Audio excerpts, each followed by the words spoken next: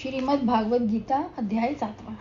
राधे राधे, हरे कृष्णा। दोस्तों, आप सभी को आपकी दोस्त केशवी का दंडवत प्रणाम। दोस्तों, आज हम गीता के 7वें अध्याय के बारे में जानेंगे, जिसका नाम है ज्ञान विज्ञान योग। भगवान श्री कृष्ण अर्जुन को कहते हैं कि हजारों व्यक्तियों में कुछ ही ऐसे व्यक्ति होते हैं जो मुझे पाना चाहते हैं। बाकी सभी मुझे विधिवत पूछ तो लेते हैं, लेकिन वो मुझसे अपनी इच्छाओं की कामना करते हैं। मेरी 8 प्रकार की जड़ प्रकृति, पृथ्वी, जल, अग्नि, वायु, आकाश, मन, बुद्धि और अहंकार, यह मेरी ही है। अर्थात ये सब स्वयं भगवान कृष्ण हैं। भगवान श्री कृष्ण अर्जुन को बताते हैं कि ये संपूर्ण जगत जब मुझ में ही बंधा है और सभी कारणों का कारण मैं ही हूँ, और तू योग से ही मेरा भी ध्यान कर सकता है। तो दोस्तों, चलते हैं गीता के 7वें अध्याय की यात्रा पर, जिसका नाम है ज्ञान विज्ञान योग।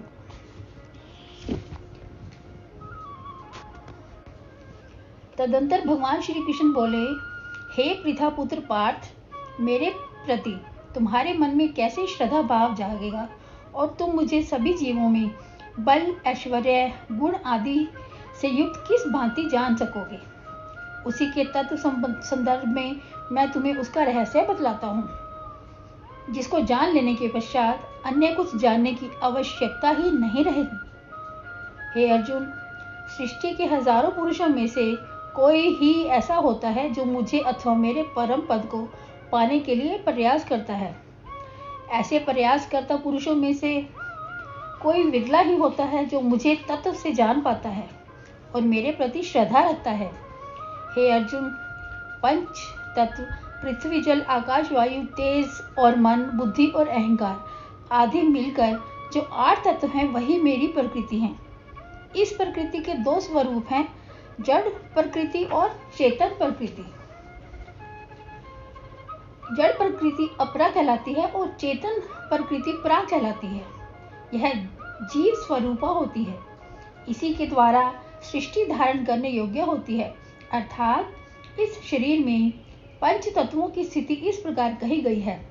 मांस पृथ्वी तत्व का अंश, रक्त जल तत्व का अंश, श्वास वायु तत्व का अंश, अग्नि तेज तत्व का अंश और शून्य आकाश तत्व का अंश होता है। इन 5 तत्वों के अतिरिक्त मन, बुद्धि, अहंकार होता है। इन सबसे परे जो तत्व है वही जीव है, जो इन 5 तत्वों के शरीर को धारण करता है। जीवों से ही सृष्टि है। हे अर्जुन, जड़ व चेतन प्रकृतियों के द्वारा सृष्टि की रचना होती है। सृष्टि की रचना भी मैं ही हूँ। इस तरह सृष्टि का उत्पत्तिकर्ता, पालनकर्ता व संहारक भी मैं ही हूँ। अर्थात सृष्टि का मूल मैं ही हूँ। मुझसे पृथक सृष्टि में कुछ भी नहीं है। अतः हे धनंजय, यह संपूर्ण सृष्टि एक सूत्र में पिरोए हुए मंडकों की भांति मुझसे जुड़ी है। अर्थात सृष्टिगत जितने भी जीव हैं, उनमें मेरा ही अंश विद्यमान है। हे कौन्तेय, जल में मैं रस तत्व हूँ, चंद्रमा व सूर्य में प्रकाश तत्व हूँ, वेदों में प्रणव हूँ, आकाश में शब्द हूँ, पुरुषों में पुरुष तत्व हूँ, पृथ्वी में पवित्र गंध तत्व हूँ, अग्नि में तेज तत्व हूँ और सभी जीवों का जीवन भी मैं ही हूँ। अर्थात जिस जीव आधार से जीवित प्रतीत होते हैं, वह तत्व भी मैं ही हूँ और तपोनिष्ठों का तप भी मैं ही हूँ।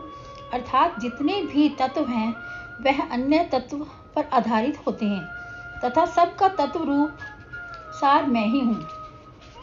हे अर्जुन, सृष्टिगत जितने भी जीव हैं, तुम उनमें मुझको ही जानो।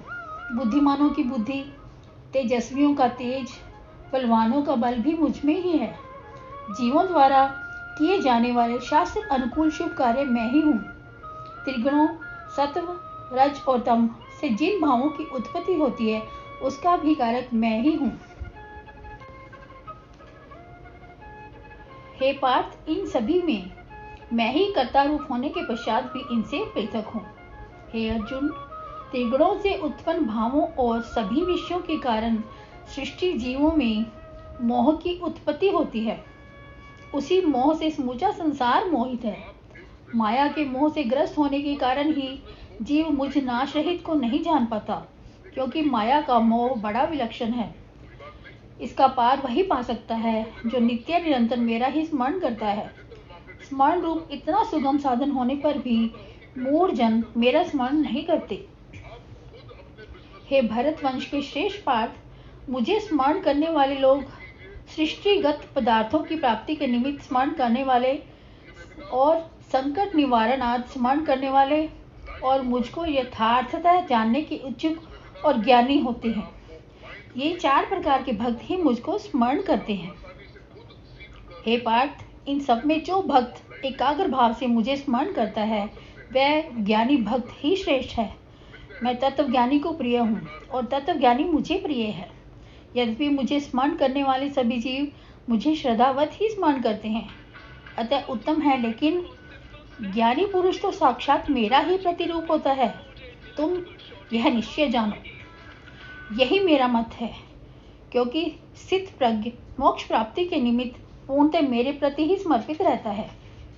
हे अर्जुन, अनेक जन्मों के बाद जिन्हें तत्व ज्ञान की प्राप्ति होती है और ज्ञान प्राप्ति के बाद जिन्हें सृष्टिगत जीवों में मेरे अतिरिक्त अन्य कुछ भी नहीं भाता, ऐसे मेरे भक्त अधिक नहीं होते।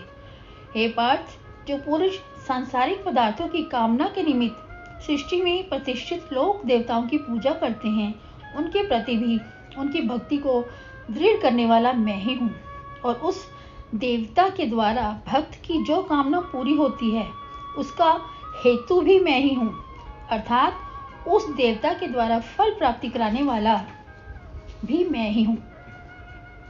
लेकिन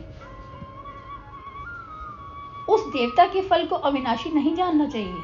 ऐसे लोक देवताओं के पूजन वाले और उनमें श्रद्धा रखने वाले पुरुष उन्हीं देवताओं को प्राप्त होते हैं, और मेरे भक्त मुझे किसी भी भांति स्मरण करने तब भी वह मुझे ही प्राप्त होते हैं।